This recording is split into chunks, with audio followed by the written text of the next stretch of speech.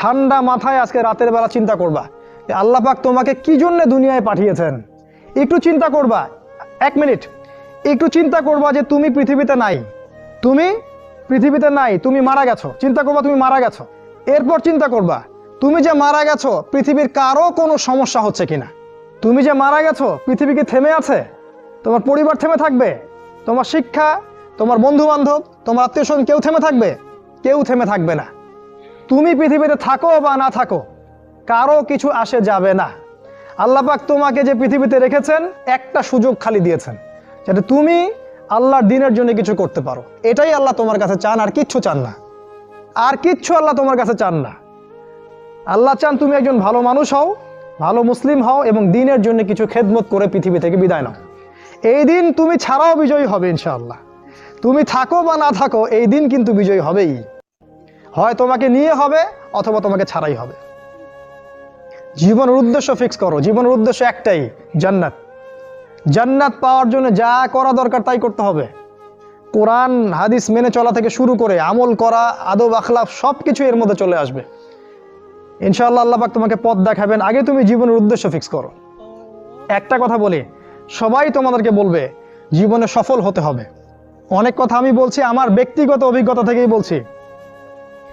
আল্লাহ পাক আলহামদুলিল্লাহ first second ছাড়া রেজাল্ট আমাদের হতো না। যখন থেকে আমরা বুঝতে পেরেছি যে ট্র্যাকে আমরা যাচ্ছি সে ট্র্যাকটা ভুল, সেই ট্র্যাকটা ভুল, এই বুঝটা যখন থেকে আসছে আমাদের মধ্যে, আমরা চেষ্টা করছি অন্যদেরকে আমাদের শিক্ষা দিয়ে সচেতন করার জন্য। আমরাও ভুল করেছি, ভুলের উপর ভুল করেছি। আল্লাহ পাক যেন মাফ করেন, আল্লাহুম্মা আমিন। সাফল্যের সংজ্ঞা শেখানো হতো আমাদেরকে পরিবার থেকে। সফল হতে হবে বাবা, নিজের পায়ে দাঁড়াতে হবে, বাবাকে দেখতে হবে, মাকে দেখতে হবে, অমুক তমুক ইত্যাদি ইত্যাদি। বিয়ে করবি কি নিয়ে, তোর তো কিছুই নাই, বলে নাই কথাগুলো আপনাদেরকে। চাকরি বাকরি করতে হবে, প্রতিষ্ঠিত হতে হবে। শোনো, সাফল্যের একটা সংজ্ঞা দিয়েছেন আল্লাহ কোরআনে, একটাই সংজ্ঞা, সূরা আল ইমরানের মধ্যে আছে। আজকে আমি সব ডিটেলস বলার সময় পাচ্ছি না। সূরা আল ইমরানের মধ্যে আছে কুল্লু নাফসিন যায়িকাতুল মাউত, প্রত্যেকটা নফস মারা যাবে এবং কিয়ামতের মাঠে তাদের পুরোপুরি প্রতিদান তাদেরকে দেয়া হবে। এখানে আল্লাহ সাফল্যের সংজ্ঞা দিয়েছেন, ফামান যুহজিহা আনিন নার ওয়া উদখিলাল জান্নাহ ফাকাদ ফাজ। ওই দিন কিয়ামতের মাঠে যাকে জাহান্নাম থেকে বাঁচানো হবে আর জান্নাতে প্রবেশ করানো হবে, ফাকাদ ফাজা, এই ব্যক্তি হচ্ছে সফল। সাফল্যের সংজ্ঞা কোথায় পাইলেন? যদি আমরা জাহান্নাম থেকে বাঁচতে পারি প্রত্যেক ব্যক্তি এবং জান্নাতে যেতে পারি, সেই সফল। এছাড়া কেউই সফল না, এই পৃথিবীর কেউই সফল না, কেউ না। সে যত বড় রাষ্ট্রনেতা হোক, পণ্ডিত হোক, বিজ্ঞ হোক, পণ্ডিত কে হয় হোক, যার দাপটে সারা বিশ্ব কাঁপে, এও সফল না যদি না সে জান্নাতে যেতে পারে। কিন্তু একজন এই ভ্যান চালক, এক রিক্সা চালক, এক আমার ওই গরিব চাচা, ওই কৃষক, সে যদি হিসাব দিয়ে জান্নাতে যেতে পারে, সে সফল। তিনিই সফল, তিনি আল্লাহর কাছে পছন্দের বান্দা। অতএব জীবনের উদ্দেশ্যটাকে ঠিক করে ফেলো, এটা প্রথম কাজ। দ্বিতীয় কাজ, তোমাকে জ্ঞান অর্জন করতে হবে। দ্বিতীয় কাজ, কিসের জ্ঞান অর্জন করবে? যে জ্ঞান তোমাকে আল্লাহর দিকে নিয়ে আসবে সেই জ্ঞান অর্জন করতে হবে। কোন কোন সাবজেক্ট পড়তে হবে তোমাকে? তোমাকে প্রথমত কোরআন পড়তে হবে, তেলাওয়াত করা শিখবে, অর্থ জানবে, আরবি ভাষা শেখার চেষ্টা করো, কোরআনের আদেশ মানো, নিষেধগুলো ছেড়ে দাও এবং কোরআনের দাওয়াত মানুষের কাছে পৌঁছে দাও। কোরআনের দাওয়াত মানুষের কাছে পৌঁছে দাও এবং কোরআনের বিধান বাস্তবায়নের জন্য আল্লাহর পথে চেষ্টা করো। আর কি সাবজেক্ট পড়তে হবে? তোমাকে হাদিস পড়তে হবে, রাসূলের হাদিস, অসংখ্য হাদিস, এগুলো পড়তে হবে তোমাকে।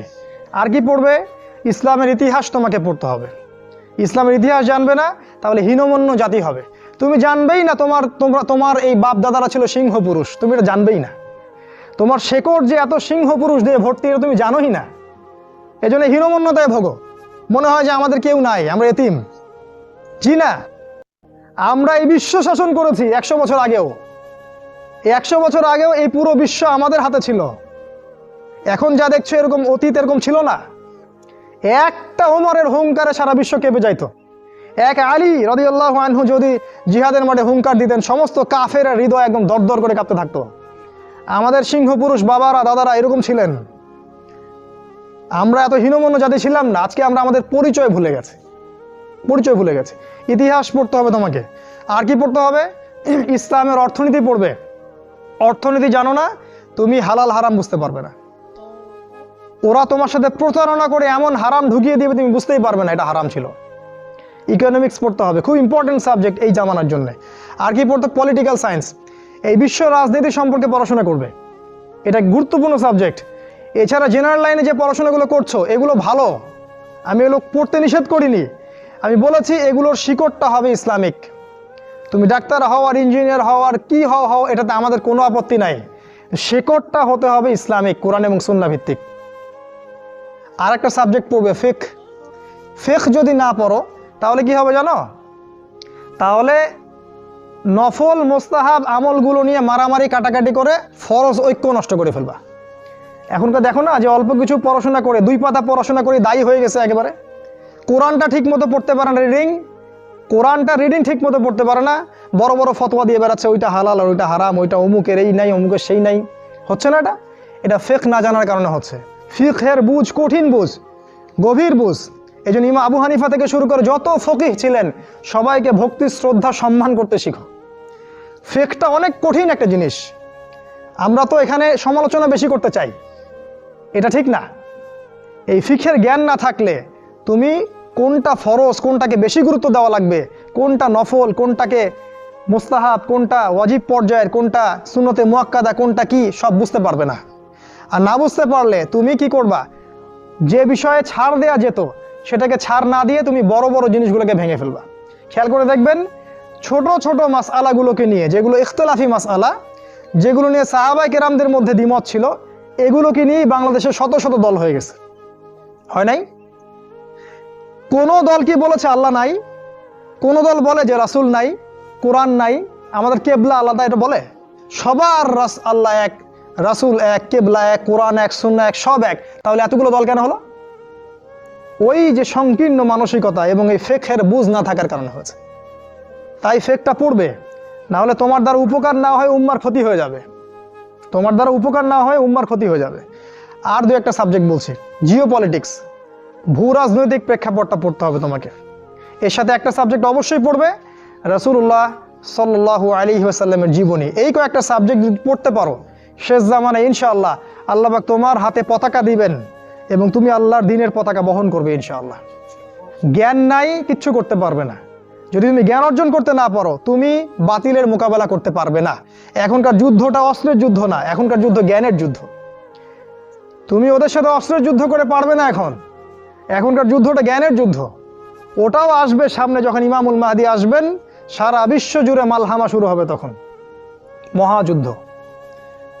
এই ফিজিক্যাল স্ট্রেংথ নিয়ে, মেন্টাল স্ট্রেংথ নিয়ে, ইমানের স্ট্রেংথ নিয়ে পারবে না। জ্ঞান অর্জন করো, কারণ রাসূল সাল্লাল্লাহু আলাইহি ওয়াসাল্লামকে প্রথম আল্লাহ আদেশ করেছেন ইকরা, পড়ুন পড়ুন পড়ুন। জ্ঞান নাই, সমাজ সংস্কার করতে পারবে না। এটা 2। 3 নাম্বার হচ্ছে জ্ঞান অনুযায়ী আমল করতে শেখো দ্রুত। যতটুকু জানলা আমল করতে শেখো, আগামীকালের জন্য ফেলে রাখবে না। আজকে যা শিখেছো আজকে আমল করো। রাসূলের সুন্নাহগুলোকে গুরুত্ব দিয়ে করো। যেখানে ইসলাম প্রশস্ততা দিয়েছে সেখানে প্রশস্ততা প্রদর্শন করো, যেখানে প্রশস্ততা নাই সেখানে ওটাই মেনে চলো। ইসলাম একটা প্রশস্ত রিলিজিয়ন, এখানে অনেক কিছু প্রশস্ততা আছে, সেই প্রশস্ত ইসলাম ফলো করো, আমলগুলো করো। প্রতিদিন 5 ওয়াক্ত সালাত মসজিদে জামাতের সাথে পড়তে হবে। যখন তুমি রমাদান মাস পাবে, সওম রাখতে হবে। জাকাতের সম্পদ আসলে জাকাত দিবে। মানুষের সাথে ভালো আচরণ করতে শিখো, উম্মাকে ঐক্যবদ্ধ করতে শিখো। কোরআনের জ্ঞান অর্জন করো, সুন্নাহর জ্ঞান অর্জন করো এবং জানা অনুযায়ী আমল করে তুমি তোমার নিজের ভিতরে একটা পরিবর্তন নিয়ে আসো। পবিত্র হওয়ার চেষ্টা করো, সব পাপ থেকে তওবা করে ফিরে আসো। রাসূলের সুন্নাহগুলোকে গুরুত্ব দাও। A to Z, বাথরুমে যাওয়া থেকে শুরু করে তোমার জীবনের প্রতিটা ক্ষেত্রে নবীজির সুন্নাহগুলোকে তোমার উপর বাস্তবায়ন করো। নিজের উপর সুন্নাহ নাই, তুমি সমাজে সুন্নাহ বাস্তবায়ন করতে পারবে না। 3 নাম্বার। 4 নাম্বার, আদর্শ পরিবার গড়ে তোলো। আদর্শ পরিবার গড়ে তোলার জন্য তোমাকে তাড়াতাড়ি বিয়ে করতে হবে। তোমার সামর্থ্য আছে, শারীরিক মানসিক সামর্থ্য আছে, রুজির একটা ব্যবস্থা আছে, বিয়ে করে ফেলো, দেরি করবে না। বিয়ে করে ফেলো, দেরি করবে না। আমি বলছি অবশ্যই তোমার শারীরিক সামর্থ্য থাকতে হবে, মানসিক সামর্থ্য থাকতে হবে, অর্থনৈতিক সামর্থ্য থাকতে হবে একটা মেয়ের রেসপন্সিবিলিটি নেওয়ার সামর্থ্য থাকতে হবে। সামর্থ্য হয়ে গেলেই তুমি বিয়ে করে ফেলবে, আর কোনো দিকে দেখার দরকার নাই। এমনকি তোমার যদি একাধিক বিয়ে করার সামর্থ্য থাকে সেটাও তোমাকে করতে হবে। যার একাধিক বিয়ে করার সামর্থ্য আছে সে যদি না করে সেটাই তার জন্য গুনার কাজ। জি, এই কথাগুলো বলার সাহস পায় না অনেকে, এই কথাগুলো বলার সাহস হয় না, আলেমদেরই হয় না। দুইটা বিয়ে করলে মানুষ আবার কি মনে করবে, আমার মনে হয় চরিত্রের সমস্যা, ইত্যাদি ইত্যাদি। আরে বোকা, তাহলে কোরআনের মধ্যে 4টা বিয়ের কথা আসলো কেন? আল্লাহ পাক কি এমনি এমনি আয়াত নাজিল করলেন নাকি? আল্লাহ পাক খুব ভালো করেই জানেন ছেলেদের চেয়ে মেয়েদের সংখ্যা বেশি হবে। অনেক ছেলে মারা যাবে, মেয়েরা সমাজে বেঁচে থাকবে। কত অসংখ্য এতিম মেয়ে সমাজে পড়ে আছে, অসংখ্য বিধবা মেয়ে সমাজে পড়ে আছে। ওদের দায়িত্ব নিতে হবে না? কে নিবে ওদের দায়িত্ব? যদি ছেলেরা দায়িত্ব না নেয় কে দায়িত্ব নিবে? ওই মেয়েগুলা কি সমাজের প্রজাপতি হয়ে থাকবে? ওরা কি পতিতালয় সম্পত্তি হবে? ওদের অধিকার নাই। এখানে অধিকার দিলে আমরা চরিত্র খারাপ হয়ে যায়। আর এদের সাথে তোমরা সারা দেশে এবং বিশ্বে জেনা করে বেড়াচ্ছ, এগুলাতে চরিত্র খারাপ হয় না। একটা ছেলে বিয়ে করার পরেও 10টা মেয়ের সাথে পরকীয়া করে, এটাতে চরিত্র খারাপ হয় না। কিন্তু যদি আরেকটা বিয়ে করে তখন সমাজের মানুষ তাকে বাঁকা চোখে দেখা শুরু করে। এটা জাহিলিয়াত, এটা পুরো সম্পূর্ণ মক্কার জাহিলিয়াত চলছে। দ্রুত বিয়ে করো, বিয়ে করে আদর্শ পরিবার গঠন করবে। পরিবারটা এত শক্তিশালী হবে যে পরিবারের ভিতর যেন কোনো রকম শিরক, কোনো বেদাত, কোনো কুফর, কোনো হারাম ঢুকতে না পারে। পারবে না ইনশাআল্লাহ? ইনশাআল্লাহ। 5 নাম্বার, তোমার সন্তানদেরকে মানুষ করে যাও। কালকে তুমি থাকবে না, তোমার সন্তানরা বেঁচে থাকবে। এক একটা সন্তান, এই যে বাচ্চাগুলোকে এমনভাবে বড় করতে হবে যাতে এরা আগামী দিনের ওমর হয়, আগামী দিনের হামজা হয়, আগামী দিনের খালিদ বিন ওয়ালিদ রাদিয়াল্লাহু আনহু হতে পারে ইনশাআল্লাহ। নিজে কি করেছি, সারা জীবন বৃথা চলে গেল।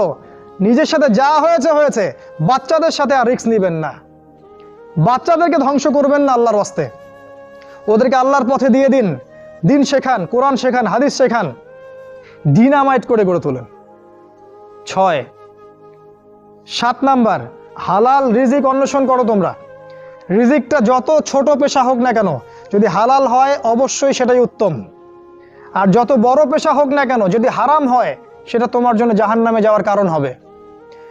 অনেক বড় পদ আছে কিন্তু সেখানে ঘুষ আছে, সুদ আছে, প্রতারণা আছে, সেখানে যাবে না। আল্লাহর ওয়াস্তে সেখান থেকে দূরে থাকো। আর তুমি যদি কৃষক হয়ে থাকো, তোমার রুজির মধ্যে হালাল থাকে, তুমি কৃষি কাজ করেই সংসার চালাও, কোনো সমস্যা নেই ভাই, কোনো সমস্যা নাই। লজ্জার কিছু নাই, অপমানের কিচ্ছু নাই। তুমি আল্লাহর কাছে প্রিয় বান্দা। আল্লাহ পাক বলেছেন, ইন্নাল্লাহা তাইয়্যিব লা ইকবালু ইল্লা তাইয়্যিব। আল্লাহ পাক পবিত্র, পবিত্র রিজিক ছাড়া তিনি গ্রহণ করেন না।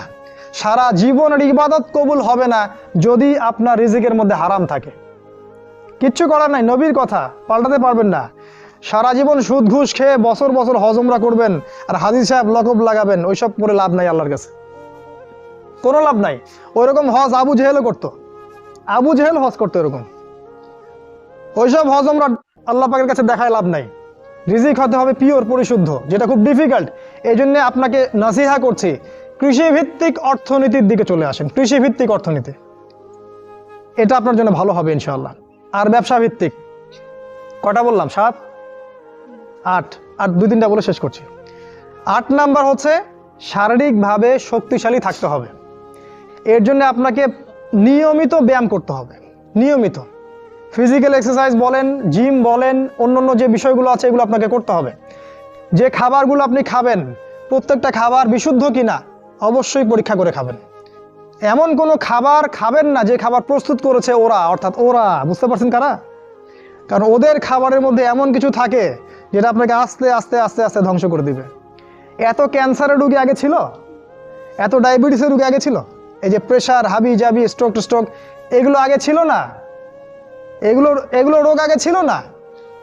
বিগত এই 50 বছরে দেখবেন এমন এমন সব রোগ এত বেশি বেশি করে বাসা বেঁধেছে যে আমাদের প্রজন্মের পর প্রজন্ম ধুকে ধুকে মারা যাচ্ছে এখন।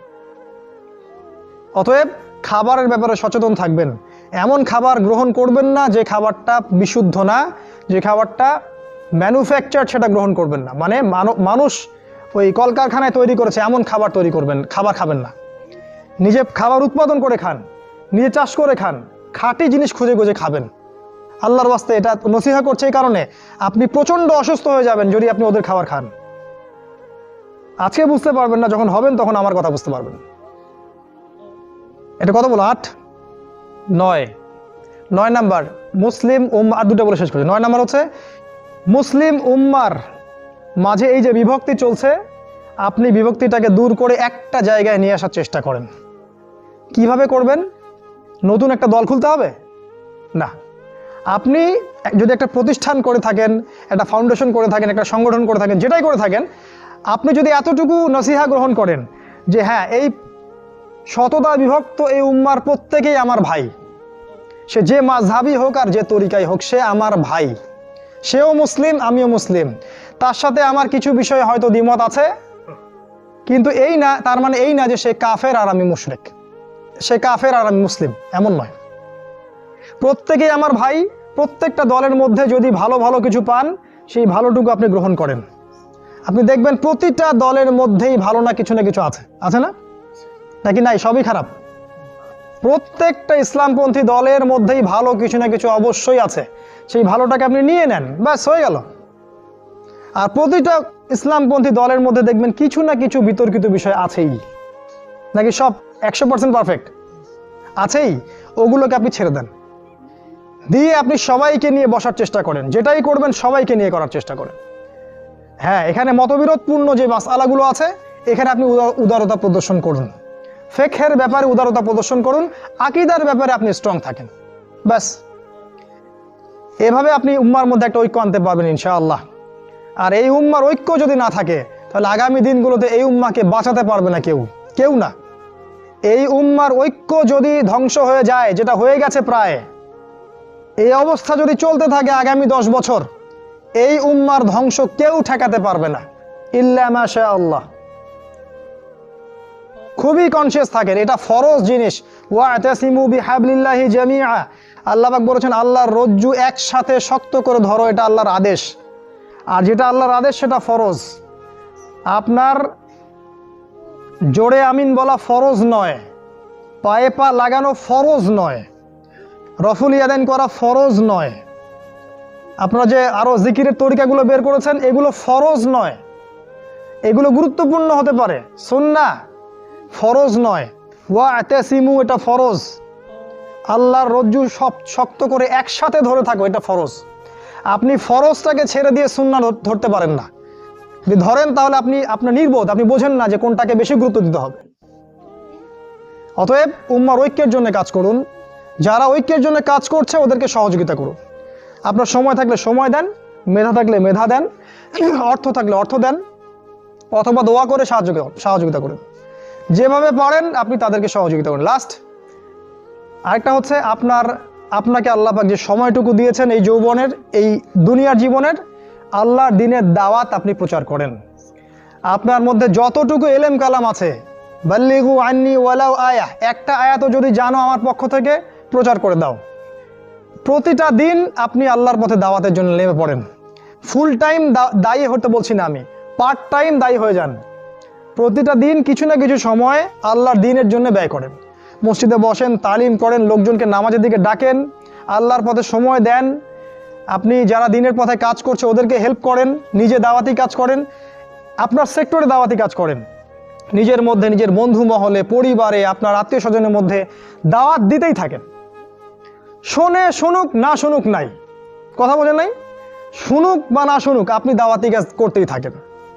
ইনশাআল্লাহ এই 10টা কাজ যদি আপনারা যুবকরা করতে পারেন, আমি আশাবাদী ইনশাআল্লাহ আগামী দিনগুলোতে আপনি হবেন ইমামুল মাহদী সৈনিক ইনশাআল্লাহ।